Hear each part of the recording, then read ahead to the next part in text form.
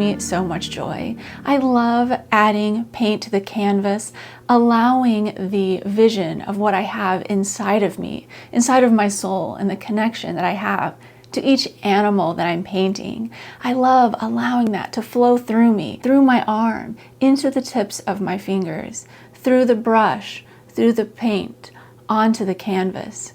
It's such an amazing experience to see and feel and know what is inside of me is able to be expressed in a way that's nonverbal, that's visual, that allows the viewer to experience in some small way what I'm experiencing inside. It allows me to communicate things that I can't necessarily express with words. And it allows me to have this voice that's within me. I think all artists can relate to this. A voice that's within you that you want to be able to share with the world, but it's not the voice that you use words to express. It's this part of you that you see with your artistic eye, with your artistic vision that's deep down inside. So that's what I love to do in my paintings. And I thought it'd be so awesome to be able to share an experience like that with you all as you're watching this video. And so I've tried to craft this video in a way that allows it to be calming yet happy, and also with some lo-fi music, so that way if you are creating, it will help you become inspired and hopefully help you ease into a really relaxed and open headspace, because there are so many things in our lives that are just crazy things bouncing around in our heads, all the stresses of the day, politics in the news, wars, conflicts, just bad things around us all the time. And I want to create a series of moments that are strung together in time where we can alleviate all of that and just focus on this moment, this action, this connection of the brush to the canvas, or if you're drawing, the pencil to your paper. The act of creating. So whether you are interested in painting or drawing or sewing or any other type of crafting, maybe even just completing a coloring book page, my hope is that while you're watching my video, you could also work on something creative. This way we can make this space that we can share together and open ourselves up to the possibilities of what exists within us deep inside that we are bringing out with our creative process.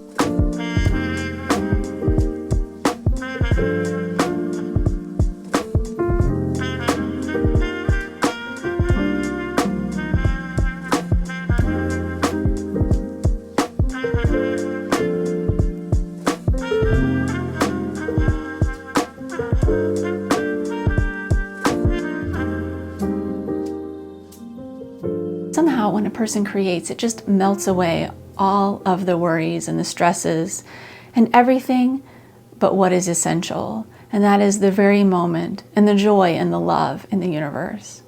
And that's why I like creating art so much. It's also why I love animals so much, because for me, when I hang out with my cat, Mr. Samati, and spoiler alert, he will be in the video soon in a very, very cute section of lots of kitty love. So definitely stay on for that. But I love animals because they allow me to touch that part within myself that's pure joy and love, that same part that I access while I'm painting. And so for me, it's the perfect experience of joy to paint an animal.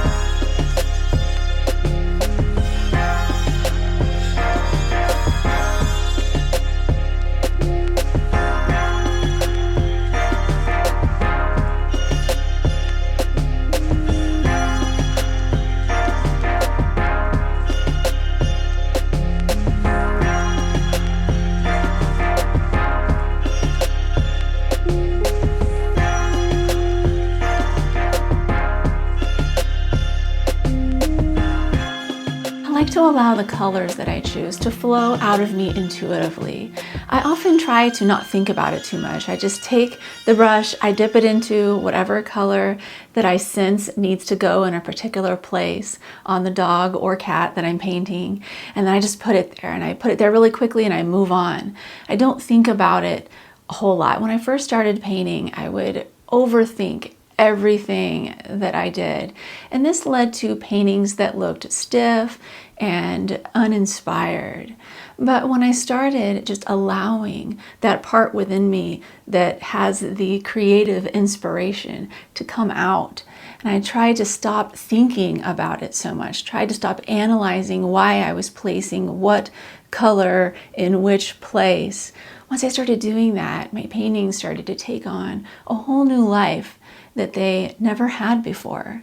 And I believe that it's my subconscious coming out. I like to think of the color choices as this nonverbal way to communicate the essence of the connection of the particular animal that I'm painting's soul and my soul, because I believe that all beings on this planet have souls. And so I think that if we look deep within ourselves, within our own soul, we can connect with theirs. So in that sense, I can connect with yours. I can connect with any living being, whether that's an animal or a plant, any living being on this planet, if I look within myself deeply enough. And so when I choose the colors, I'm allowing that connection to come out. I love how this allows the viewer to be able to see an animal through my eyes, but maybe it's also seeing the animal's soul in a way, or at least it's my connection to what I see as the animal's soul.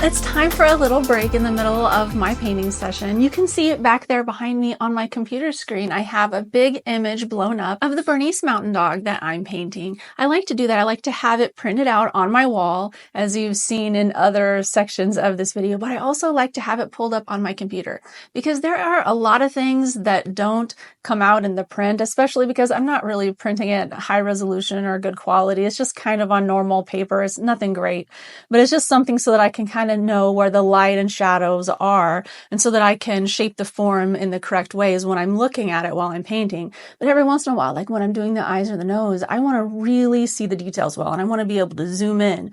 And my vision isn't 20/20. I'm at about 20/40 after my laser surgery. And so when I see something from afar, like when I'm looking at the printed out picture on my wall as I'm painting it, it's not the best focus, right? Because I'm not 20/20. And so I don't like to wear glasses, even though I do have a pair, but I've never worn them. I got them last year. That's another story. I hate glasses now that I have had my eyes fixed for over a decade. It's like so hard to go back. I don't know if you wear glasses or have had the vision surgeries or any of that stuff to correct your vision, but if you have, you can probably relate, because after 10 years or so, sometimes it starts to slip back into your bad vision. But anyway, that's kind of a side note. But the thing is that I like to have the artwork pulled up on my computer so I can zoom in really close. And during breaks like this, I can zoom in and I can look at it and I can see all the details. And then when I go back to paint the eyes or the nose, I can add those things that I can't see in the printed out picture on my wall.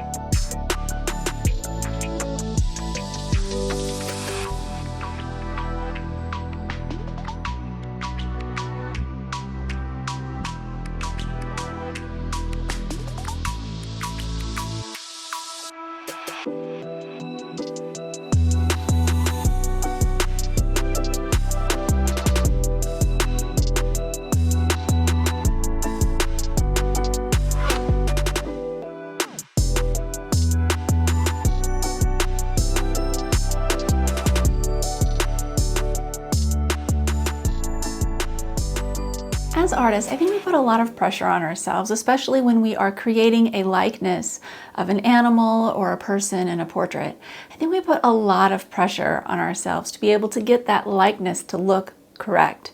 But I think that it's important to consider what really is correct, right? And that's why whenever I use all the different colors and everything on an animal, no animal actually looks like this in reality. And when you think about it, no matter if you're painting in naturalistic colors or super bright colors like I am, no matter what you are painting in or drawing in, no animal or whatever subject that you're painting, no person, no landscape, is going to look exactly the way that you created anyway. So I think it's more important to allow that creative spark within you to come out onto the canvas or paper or in whatever medium that you are creating, to allow that part within you to come out and not be afraid of experimenting and trying new things.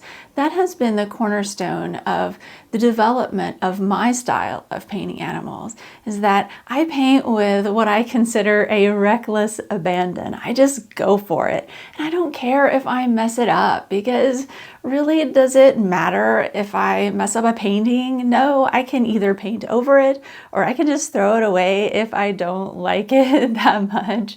But typically, I just paint over a section if I don't like how it turned out, because paint isn't permanent. I mean, you can always just use some gesso, paint over it in white, and go again, or just start over, because painting is supposed to be fun, and making art in general is supposed to be fun. And so I don't put too much pressure on myself to get a likeness exactly perfect. I do continue to work at it though, and put in many hours into a piece, so that way I can try my best to get the best likeness in the end. But if it doesn't turn out exactly perfect, that's not what's important. To me, what's important is communicating the joy that this particular animal that I'm painting brings into the world. And that joy is something that's so unique and so beautiful. And it's so difficult to completely describe with words. But when you see it in a portrait, in the way that I've learned and developed my style, you feel that joy. And that's how I know whether a painting is a success in the end, is whether the viewer is able to interpret what I have communicated. And for me, yeah, it's joy in all of the animal paintings.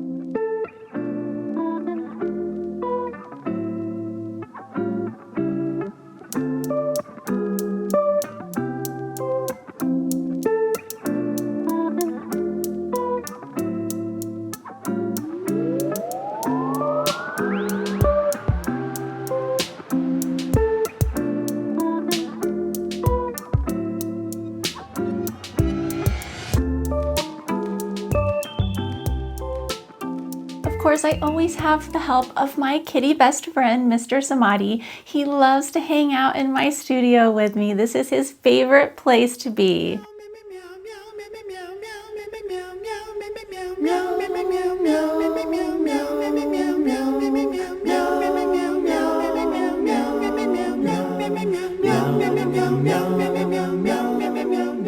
It's because of times like this where I take a break from painting and I love all over him. You can tell when he flops over on his side like this and he lets me rub on his sweet little spotted belly that he's totally enjoying his life.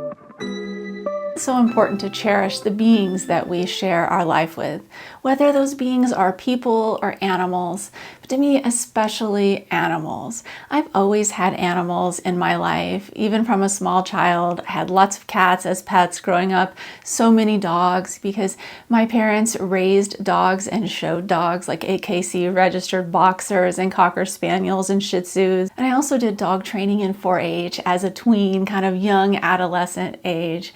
I loved doing this. It was so much fun. And I think that's what inspired my connection with animals, because I lived out on a farm as a child.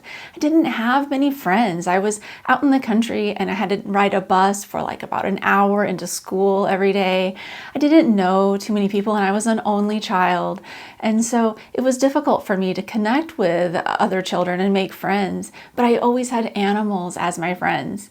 And my entire life I've been this way. I mean, I've had more friends and more success with friendships as I've gotten older and grown up and kind of become less shy and things like that. But I've always had a deeper connection with animals than I do most people. I'm the type of person that goes to a party, and if they have like a dog or a cat there at the person's house, I'm over there petting the dog or the cat and not really talking to anyone else. I'm kind of an introvert. It doesn't seem like that because I make all of these YouTube videos, but I'm actually a pretty shy person. And I think that's because of growing up out in the country on a farm in a rural area and not having friends or people my age to really hang out with. I wasn't put in daycare or anything like that. And so I didn't have experience with my peers. And so I think that kind of follows me somewhat as I've grown older. But also I think that a lot of artists are this way. So you probably, if you're an artist and you're watching this, you probably also are an introvert or shy at times. I think this is something that goes hand in hand with being a creative person.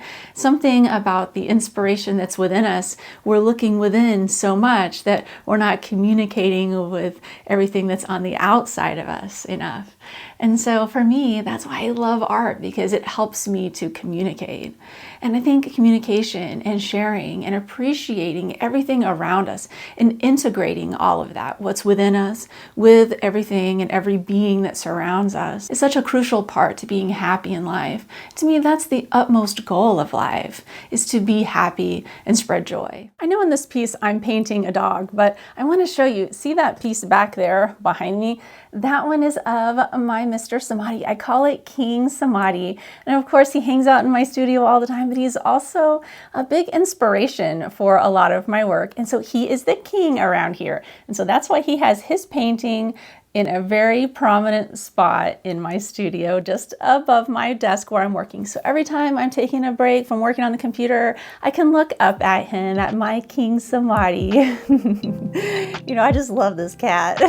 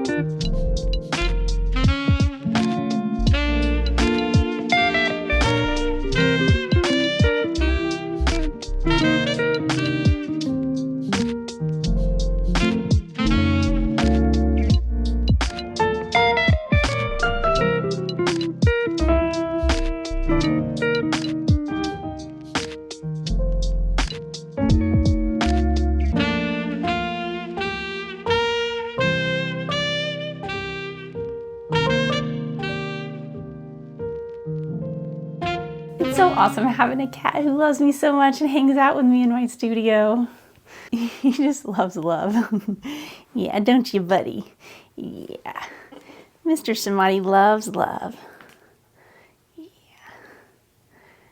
He's my buddy. Yeah. I don't want to see a cat butt. Nobody else wants to see it either.